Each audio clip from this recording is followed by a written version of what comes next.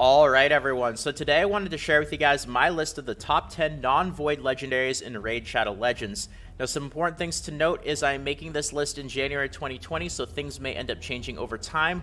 One of the big things that I considered when adding legendaries to this list is all the things that these legendaries can add to the table besides just raw damage. So there are plenty of insanely good legendaries in addition to some not so great legendaries. Easily room for a second and maybe even a third video with insanely good legendaries. That's how many good ones there are. So just because you don't see certain legendaries on this list doesn't mean that they are not good.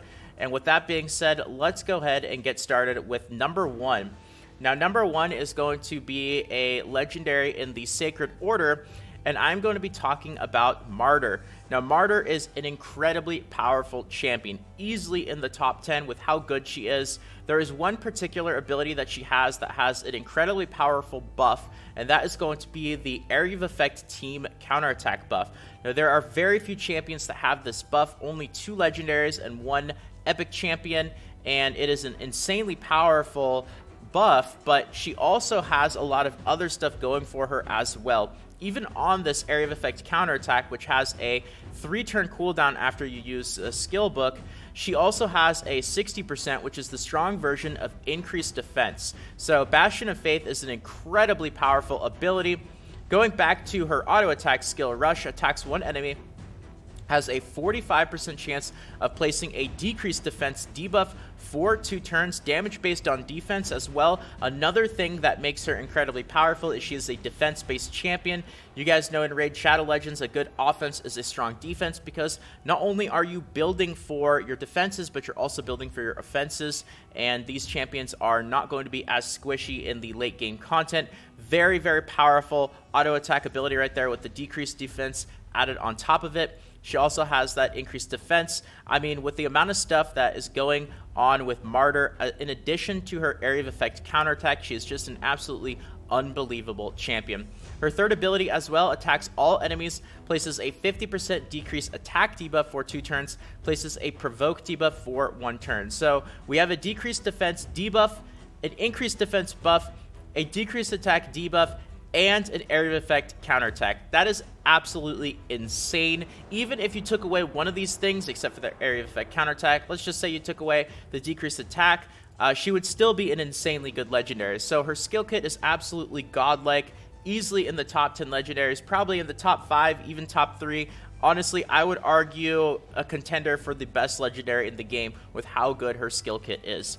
Now, she also has an increases ally defense in all battles by 33% to boot as well. So that's going to end up being number 1 on the list. Now moving on to number 2 is going to be a legendary in the Barbarians, and it is going to be Valkyrie. Now, a theme between the number 1 and number 2 on the list is Valkyrie is also going to have an Area of Effect counterattack ability. Going to her auto attack, attacks one enemy 2 times, decreases turn meter by 10% on each hit if the target has any buffs. Damage based on attack and defense. Very important to take note of that right there. So that's really good. Her second ability, attacks all enemies, places a shield buff on all allies for 3 turns and a counterattack buff on all allies for 2 turns. The value of the shield and the damage inflicted are proportional to this champion's defense. So this is an absolutely insanely good ability right here. We have that Area of Effect counterattack. You can lower this down to a 3-turn cooldown with skill books. You also have that shield buff as well, which is going to be very, very useful. So overall, extremely powerful ability. Then she has a passive right here. This champion's turn meter will be increased by 10% each time an enemy champion places a buff. Enemy champions will have their turn meter decreased by 10% for each buff they receive. So that is a very strong passive, very similar to one of the masteries that does a similar thing, except you have this on a passive right here. Going to definitely make a difference in terms of the turn meter in her battles. So a very strong passive along with her powerful Area of Effect counterattack and her auto attack skill right there.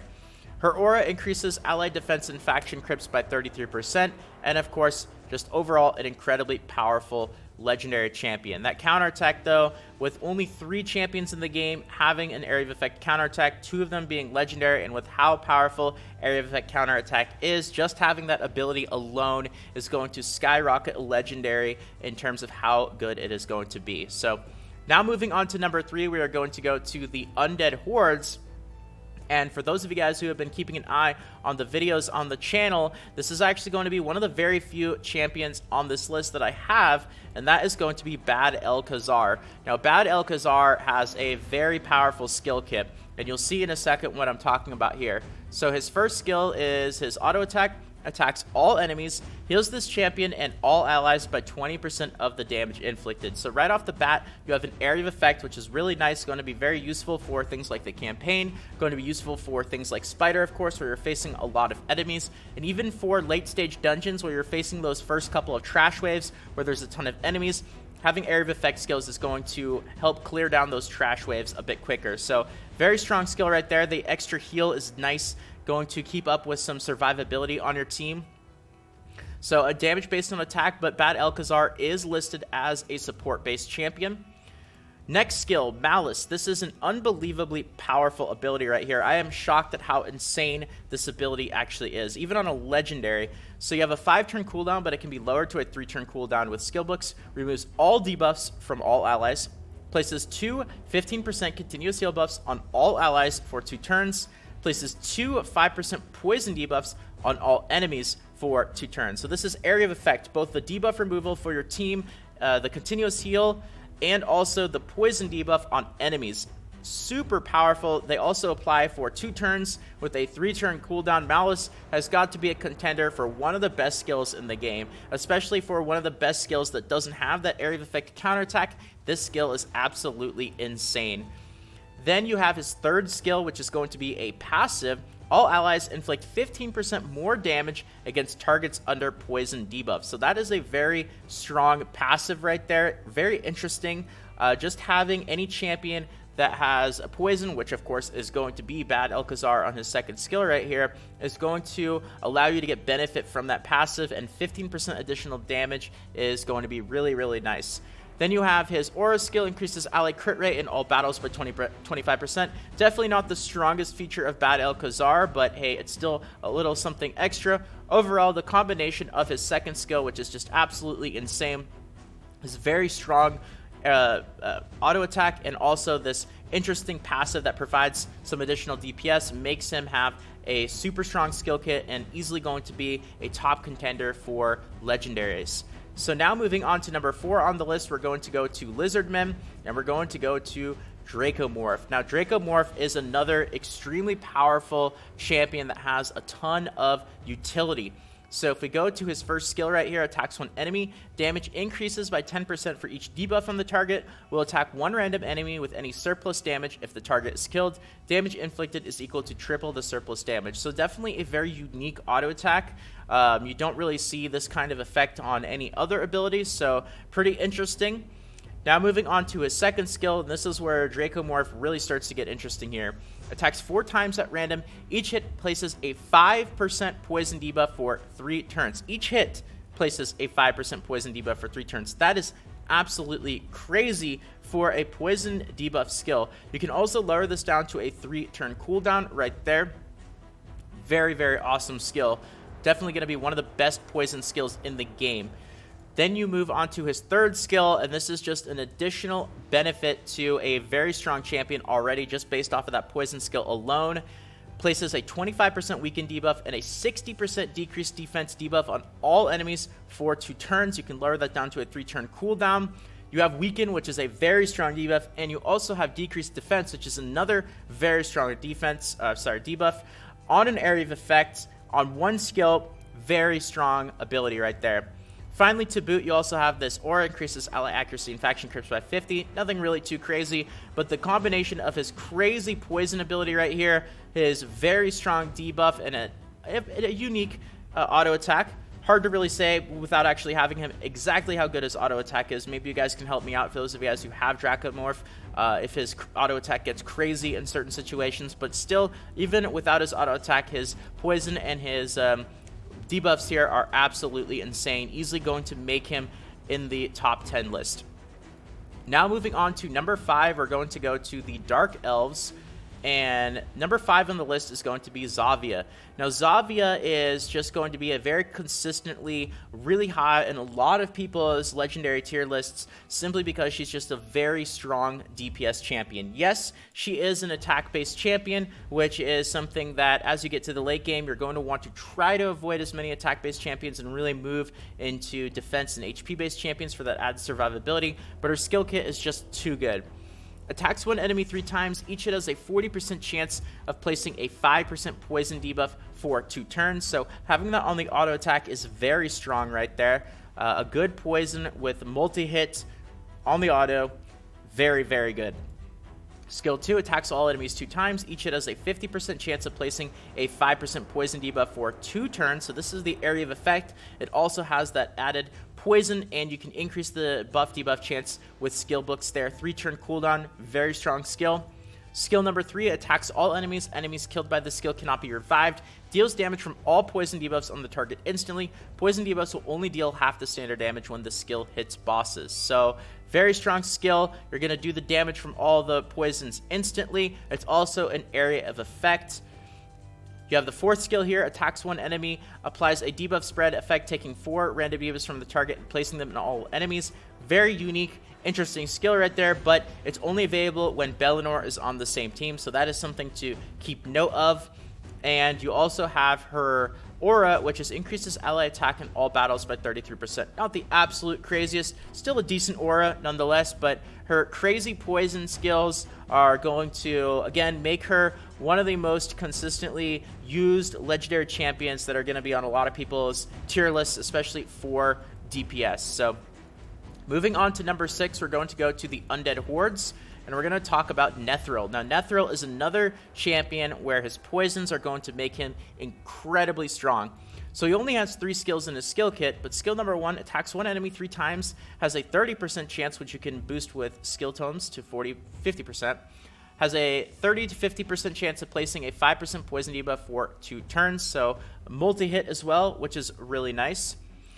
You have the second ability, attacks all enemies, has a 50% chance of placing a stun debuff on all enemies for 1 turn, places a 30% decreased speed debuff for 2 turns if the target is not under a stun debuff. So a very strong area of effect skill with debuffs and utility right there. You can increase the buff debuff chance as well as lower the cooldown down to 4 turns. And you have his third ability here, attacks all enemies, another area of effect, decreases the turn meter by 75%. Lower this down to a 4-turn cooldown. Very strong skill right there. So again, Etheral is an attack-based champion, but because of his incredibly powerful skills and how much damage this guy is capable of doing, he is still going to be on a lot of people's, including my own, top 10 legendary list. So very strong champion. Now moving on to number 7, we're going to go to the Ogryn tribes. So let's see here. And we're going to talk about Bigon. No, I'm kidding. I won't do it to you guys again. Bigon. There we go. I know we had the Bigon incident a while ago. Not anymore. Bigon is a very, very good legendary champion here. And you'll see his skill kit is phenomenal. So ability number 1, attacks one enemy, attacks all enemies 1 time if the first attack is critical. So you have a conditional right there, which means that you get a certain effect if something else happens. But the thing is, if the first attack is critical, especially as you get to the mid and late game, you're probably going to be gearing out your champions to have very high crit anyway. Hopefully 100% crit rate, so shouldn't really have too much of a problem activating that additional component of the auto attack pretty much every single time. So you are going to have an area of effect added on top of this auto attack. Ability number 2, attacks all enemies, has a 30% chance of placing a stun debuff for 1 turn, also has a 50% chance of placing a 50% decreased accuracy debuff for 2 turns. So another area of effect, very strong, has that chance of a stun debuff and also that decreased accuracy debuff, the strong version, for 2 turns. You can increase the debuff and buff chance, and it only has a 3-turn cooldown. Ability number 3, another AoE, attacks all enemies 2 times, decreases the turn meter by 25%, has a 30% chance of placing a 30% decreased speed debuff for 2 turns. So you have a lot going on for that ability. 7-turn cooldown, yes, but you can lower it twice with skill books down to a 5-turn cooldown. And you will notice that for Bigon, he does have essentially area effect on all of his abilities. Technically not in the first skill, but again, if you have that 100% critical chance, which you probably will when you get to the mid and the late game, then it is going to be an area of effect. And you have an aura as well. Increases ally accuracy in dungeons by 90. Not anything super insane, but still a little bit extra. Nonetheless, his very powerful area of effect skill kit is going to make him a very strong champion. Now moving on to number 8, we're going to go to the Dark Elves, and we are going to talk about Vizier Ovilus. Let's see, this guy right here. So very strong champion, and his auto attack is going to outshine a lot of auto attacks from any champions in Raid Shadow Legends because of how good it is. Attacks one enemy 3 times. Each hit has a 35% chance of increasing the duration of all debuffs by 1 turn. That is very strong, especially considering he attacks 3 times. You can also increase that debuff chance with skill books. Super insanely powerful auto attack. One of the best auto attacks on any champion in Raid Shadow Legends, in my opinion, just because of how strong that utility effect is going to be. Ability number 2, attacks one enemy 2 times. Each hit has a 50% chance of placing a block buffs debuffs, a 50% decrease attack debuff, and a 100% heal reduction debuff for 2 turns. That is a crazy skill. You have so much going on right there. You can increase the buff and debuff chance with skill books as well, and on a 4-turn cooldown with how much this skill offers, it is going to be very, very good. Ability number 3, attacks one enemy, applies a debuff spread, taking 2 random debuffs from the target and placing them in all enemies. Places a perfect veil buff on this champion for 3 turns if the target is under 2 or more debuffs. So you have that debuff spread, which we saw earlier on a champion, but you had to have another champion on your team. This guy, you don't need that, so you do have that debuff spread on this ability right here. You can lower it down to a 4-turn cooldown, and you also have that perfect veil added on top of it as well if they have debuffs. And you have his passive. Places a perfect veil buff on this champion for 2 turns at the start of each round, as well as an aura increases ally attack in dungeons by 34%. So you have a lot going on for this champion, but easily the thing, in my opinion, that makes him so strong is going to be his insane auto attack with that high chance of increasing the duration of debuffs on a multi-hit. So very good champion. Now moving on to number 9 on the list, we are going to go to the Demon Spawn, and we are going to, let's see, talk about this guy right here, Prince Kaime. So his first ability right here is going to be an area of effect. Attacks all enemies, places a 5% poison debuff for 1 turn if this attack is critical. So once again, like Bigon, you should probably, as you get to the mid and late game, be building a ton of crit anyway. If you have a 100% crit rate, then you're always going to get that effect of the poison, so you don't really need to worry about that critical conditional on this auto attack. Ability number 2, another area of effect. Attacks all enemies, removes all buffs, places a sleep debuff for 1 turn. You can lower this down from a 5-turn cooldown twice to a 3-turn cooldown, and you just have a very strong area of effect there with that buff removal and the added sleep debuff. Ability number 3 is going to be very interesting, and there's another champion, a rare, that has a very similar skill. I wonder if you have a lot of champions with this ability in the same team, how these skills really work together.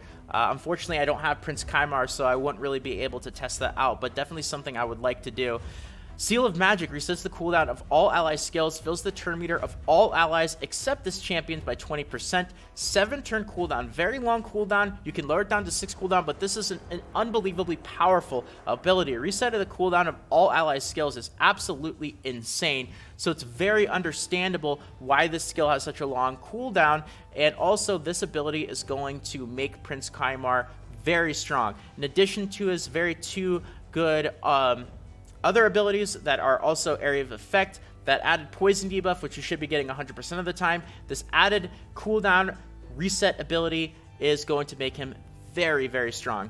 You also have a increases ally speed in the arena by 30%, which is a strong speed buff for the arena, so definitely not something to completely discount, like a decent number of auras on a lot of champions. Definitely going to be a contender for an aura that you might actually end up using.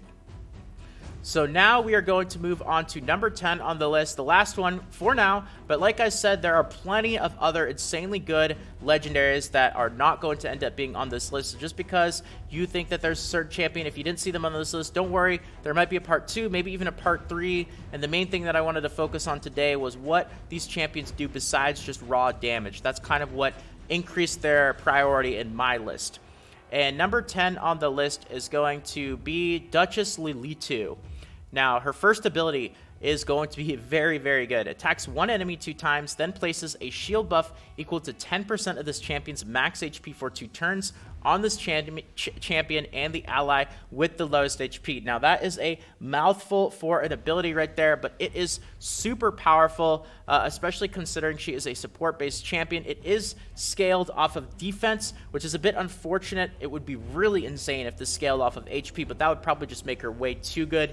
But you have an auto attack that attacks twice, and that shield buff equal to 10% of the champion's max HP, and the ally with the lowest HP. So if you build her with a lot of max HP, that's going to end up being a very, very beefy shield. And the fact that it also applies it to the ally with the lowest HP means that you're pretty much always going to apply the shield to somebody useful. It's not going to get applied to somebody at random who might not need it. So having this on an auto attack without an actual cooldown is going to make this absolutely insanely powerful. Ability number 2 places a 50% increased attack buff and a block debuffs buff on all allies for 2 turns. Places a perfect veil buff on all allies except this champion for 2 turns. So you have that strong version of increased attack, a block debuffs buff as well, which is going to be very strong. You have the perfect veil, and you can lower this down to a 4-turn cooldown. So overall, very strong buff utility type skill. Third ability, revives all dead allies with 70% HP, places a veil buff on all allies except this champion for 1 turn, places a 15% continuous heal buff on all allies for 2 turns, and on top of that, you can lower this down from a 6-turn cooldown down to a 4-turn cooldown. So you have an area of effect revive with 70% HP on a 4-turn cooldown that also has the additional utility of veil and a continuous heal buff on all allies. That is absolutely insane. I think so far, this is probably the best revive type ability that I've seen. I don't know anything off the top of my head that's going to be better. It's absolutely insane, especially with how low of a cooldown it has for a revive type ability. You also have her passive decreases the damage taken by all allies from AoE attacks by 25%, 15% from bosses, decreases the damage taken by all allies from AoE attacks by 40% if the target is under a veil buff, 25% from bosses. So a nice passive right there to increase survivability. And of course, to boot, you have this aura, which once again, like Prince Kaime, not going to be something that you're going to completely discount.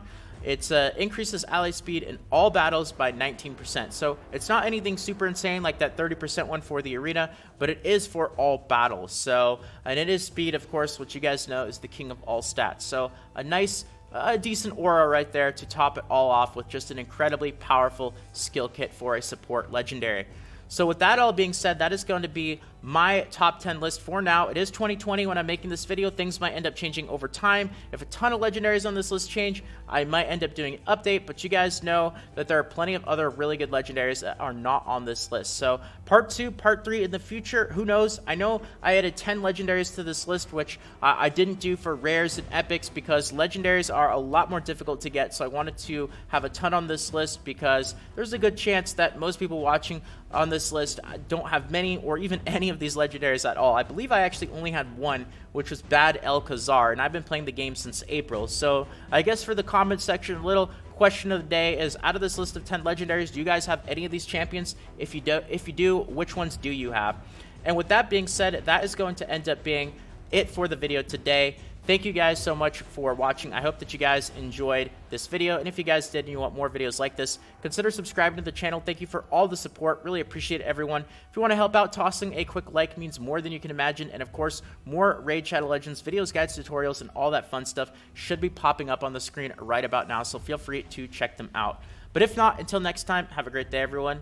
And until next time, this is Salt of the Salty Guild, signing out.